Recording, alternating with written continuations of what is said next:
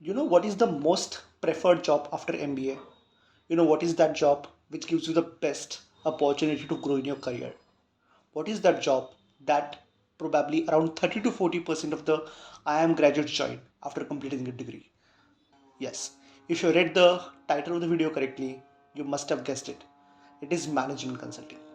Hi everyone, this is Avdhoot Waghmode, and in this video, I'm going to discuss about careers in management consulting. I'm going to make a series on careers after MBA, and this is the first video in the series about the most preferred career option, that is management consulting. Okay, let's start with the video. We'll divide this video into total 5 parts. First, we'll try to understand what is consulting, what are the consultants. We'll try to understand their role, their work. Then we'll try to understand types of consulting. We'll try to understand which are the top consulting companies in India and across world. Then we will answer the most important question is how to join consulting. And in the last, we'll study the pros and cons of consulting. Okay, so let's get started. What is consulting or who are the consultants? As per the Wikipedia definition, a consultant is a professional. They are also known as expert or specialist, and they provide advice or service in an area of specialization. So imagine there is a client or there is a company. They have a certain problem that they want to solve. This problem will be in business or any aspect that the company deals into. And they don't have time as well as bandwidth, or they don't have expertise to solve that problem. So they'll approach a consultant. A consultant will come in, they'll solve this problem, and in return, consultant will charge certain fee.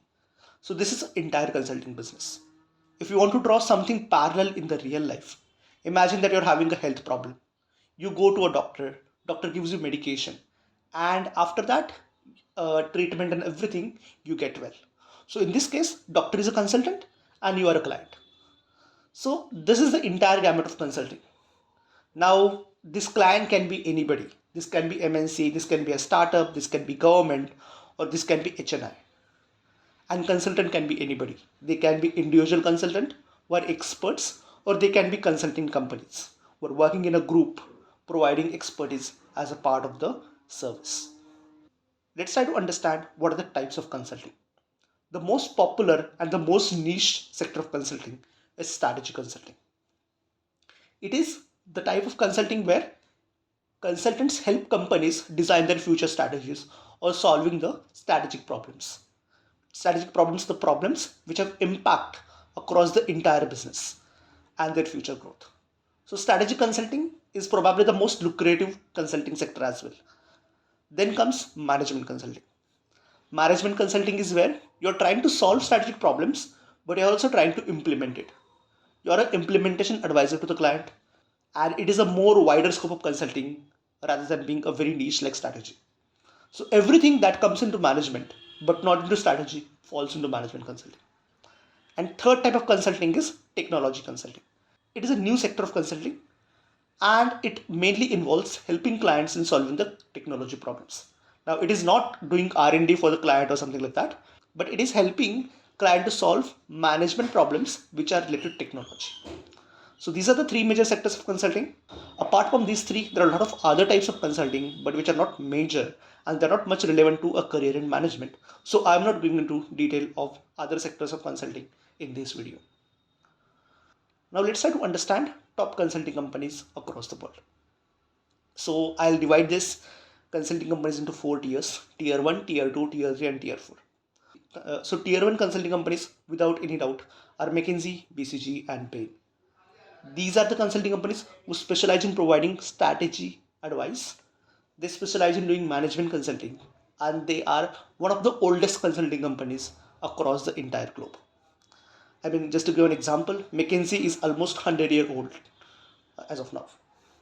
BCG and Bain started later on, but if you look at their work, if you look at their geographical expansion across the world and the scope of work they have done across the world, you'll find that they have a huge expertise, and that's why they are without any doubt the tier 1 consulting companies.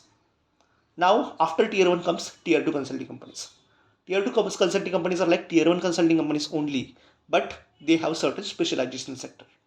For example, A.T. Kearney specializes into operations. Alvarez and Marshall specializes into turnaround advisory. LEK specializes into education and healthcare. So these companies have specialization into certain sectors, and in their respective sectors, they are the best consulting companies across the world. But if you look at the overall consulting services offered by them, their overall consulting services is not at par with McKinsey, BCG, and Ben, except their specialized sector. So that's why they are considered as a tier 2 consulting companies. Now coming to tier 3 consulting companies, these are PwC, EY, KPMG, Deloitte, the big fours. So these companies operate into various sectors like assurance, audit, tax, but their advisory division comes into consulting.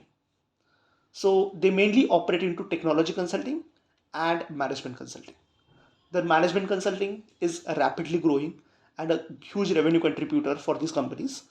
And technology consulting is a new field, but they have a strong hold into technology consulting sector. Accenture Strategy is one of the major technology consulting sector companies in the entire consulting gamut, and that's why I have included that in tier 3 consulting companies. Now, coming to tier 4 consulting companies, these are mainly boutique consulting companies or consulting companies who provide very low end service sector consulting. So, these are Aquan, Avalon, Vector Consulting, Praxis Global Alliance. These names are for Indian geography. For each of the country across the world, there will be other consulting companies who are boutique and operating in the respective regions. So, without any doubt, if you look at top MBA colleges, tier 1 and tier 2 consulting companies are dream for most of them. Tier 3 consulting companies are easy to get into, and tier 4 are further easy to get into if you are from tier 1 or tier 2 MBA colleges. Now, let's try to understand how to join consulting. See, to join consulting, there are various channels you can get into. You can get after your college, you can get through lateral hiring, or you can get after getting into experience into certain field. But I've tried to briefly note down three channels, at least from the Indian geography perspective, to how you can join consulting. The first channel and the most preferred channel is MBA route. Join MBA from top B schools in India, particularly top 6 IIMs or ISB Hyderabad, and then go for placements. You have to be in top 50 or 60 students across each of the IIM and have a good shot of getting into top consulting companies. The second channel is through undergraduation degree. Join undergraduation degree into top 7 IITs or Delhi University or colleges like Ashoka University and try to get into these consulting companies through placements. So these first and second channel are the easiest way of getting into consulting. The third channel is through expert route, which is not made for freshers. You have to spend certain years into industry. After spending 10 or 15 years, you become expert into certain field, and then you can get hired by a consulting company to work as an expert for the particular sector. So let's say you spent maybe 15 years into paint industry. You can work as an expert for the paint industry with a consulting company. So these are the three channels of joining consulting company. The easiest and the best route is joining after MBA. Now let's look at the hiring process. The step one of hiring is CV shortlisting. Here you're assessed on the basis of your academics, your extracurricular activities, and your work experience before MBA.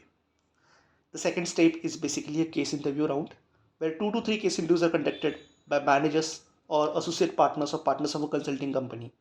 And then the third step is HR round where HRs basically check about your intention to join consulting company.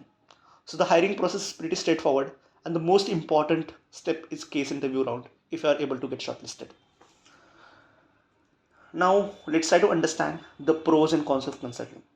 You need to understand pros and cons really well before joining consulting company because consulting is one of the most demanding careers. It's a high pressure but high reward career, and that's why it is important to understand pros and cons both. I'll first discuss the pros. The first pro is really good pay. So in terms of pay, consulting is a best pay master, and you will not have to worry about money if you are into consulting anytime. The second best pros of consulting is your high career growth. I mean, you'll be joining as a consultant, you'll be becoming senior consultant, you'll be becoming manager, and each of the promotion will be happening in around 2 to 2.5 years. By the time you will become partner within 10 to 12 years of your consulting life, you'll be earning in crores. So, career growth in monetary terms as well as career growth in terms of your work, your position is really fast in consulting. The third is you work with smart people. I mean, you're working with top IIM graduates or top IIT graduates or DU graduates or people who have expertise into certain sectors and spend certain time into industry before joining consulting. So these are obviously a very smart folks and you are solving complex problems with them. So believe me, it is going to be most fruitful and a greatest learning experience for you. The fourth and the most attractive one is a lot of perks you get as a part of the consulting. You'll be traveling through flights. You'll be drinking coffee at Starbucks. You'll be visiting and staying in five-star hotels. You'll be going with executive lunches with client or dinner. You'll be having access to some clubs and all. So really the perks of consulting are really good. Now coming to what you do after consulting. So consultants are obviously the most preferred people across industry. Once they get out of consulting industries, getting a job in industry across any sector is considered to be very easy compared to other sectors. And that's why exit opportunities for consultants are good. You can join any company as a strategy manager. You can join companies as a category or operations manager. You can join companies as a tech managers or any other sectors that you wish to work on, as long as you're able to clear the interview. But getting shortlisted or getting opportunities after consulting is not or never a challenge. Also, having a brand name of McKinsey, BCG, Bain, or any other consulting company or CV pays a lot in long run, and that's why consulting, having a consulting experience in a CV is always a good to be considered for future career opportunities. Now, these are pros. I mean, you must have loved the pros. Now, coming to cons of consulting. The first cons is extremely poor work-life balance. I mean, see, after investment banking, the sector which has the worst work-life balance is consulting. Imagine you're working around 80 to 90 hours a week on an average. And this work will not stop. You're doing it every day. You're doing it every week. And this week is getting repeated every time. It is okay for the first 5 to 6 months. You can adjust with that. But after spending some initial months into consulting, you'll start missing a life with freedom. You'll start feeling that probably having a better work-life balance is much better than having all the pros of consulting with me. So poor work-life balance is one of the major cons of consulting. And a lot of consulting companies, including McKinsey, BCG, and Bain, are known for not having good work-life balance. The second is high work pressure. See, you're hired by a client. Client is paying you few $1,000s per day, at least to a consulting company for your time. So imagine the expectations of client. You're working with a client. The timelines are very tight. You're supposed to deliver a project within few weeks or few months.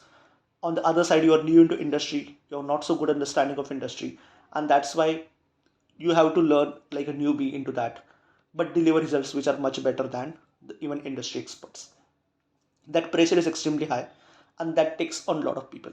So high work pressure is part and parcel of consulting, and either you'll make a peace with it or maybe you will choose to exit from consulting.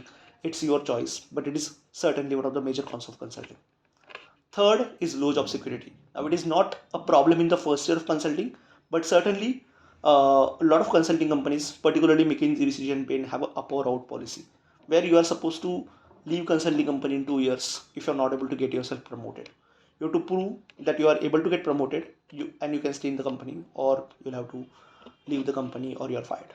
So certainly that is a job security problem. Now, it is not a problem if you're a bachelor or exploring career options initially, but certainly if you're a stable family man or trying to look for some stable income in your life without much worry, certainly that is a big risk.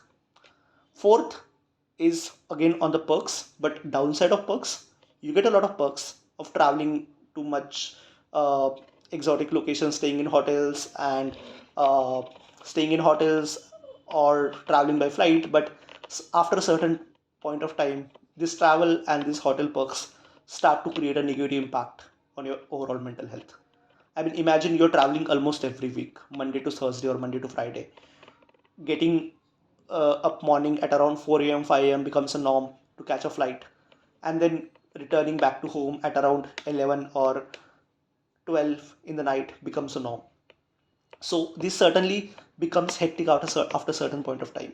Also, you'll be taking client calls on airport, you'll be working on decks in flight, you'll be always worried about client deck submission, the client meetings, and a lot of other things. So imagine that actually takes a huge toll on your mental health and also physical health, and that creates a big problem on your short-term career, at least in consulting.